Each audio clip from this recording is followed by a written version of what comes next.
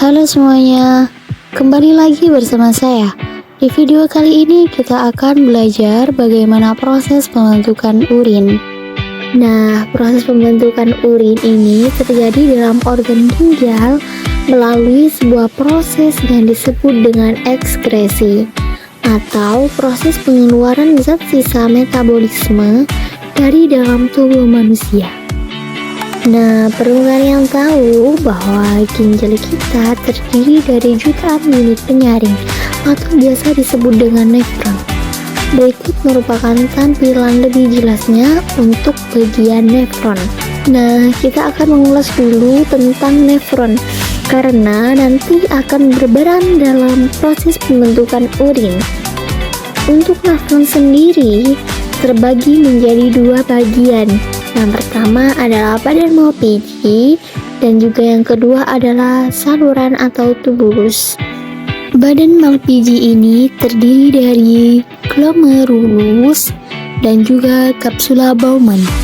Nah, sekarang kita akan masuk ke inti pembahasan kita, yaitu bagaimana proses pembentukan urin. Proses pembentukan urin ini terdiri dari 3 tahap. Yang pertama filtrasi, kedua reabsorpsi, dan yang ketiga adalah tahap augmentasi. Nantinya kita akan mengulas satu persatu tahap tersebut. Yang pertama tahap filtrasi. Tahap ini disebut dengan tahap penyaringan dimulai dari darah masuk ke glomerulus. Kemudian di sini terjadi penyerapan yang hasilnya berupa darah dan juga protein yang akan diserap kembali. Dan zat-zat yang dikeluarkan berupa urobilin, urea, glukosa, air, asam amino, dan beberapa lainnya seperti natrium, kalium, kalsium, dan juga klor atau disebut dengan urin primer. Di sini akan dikeluarkan masuk ke tubulus proksimal.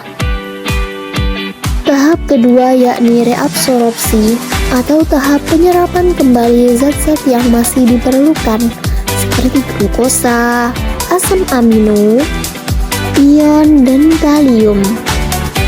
Hasil dari proses reabsorpsi ini disebut dengan urin sekunder yang mengandung air, garam, urea, dan juga urobilin sebagai zat warna pada urin. Kemudian urin sekunder akan disalurkan menuju tubulus distal.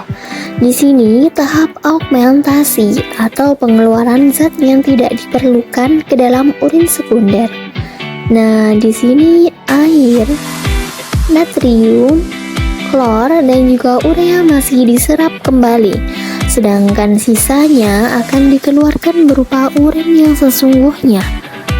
Urin sesungguhnya ini kemudian akan dikeluarkan dari tubulus distal yang menuju ke kandung kemih melalui sebuah saluran yang disebut dengan ureter.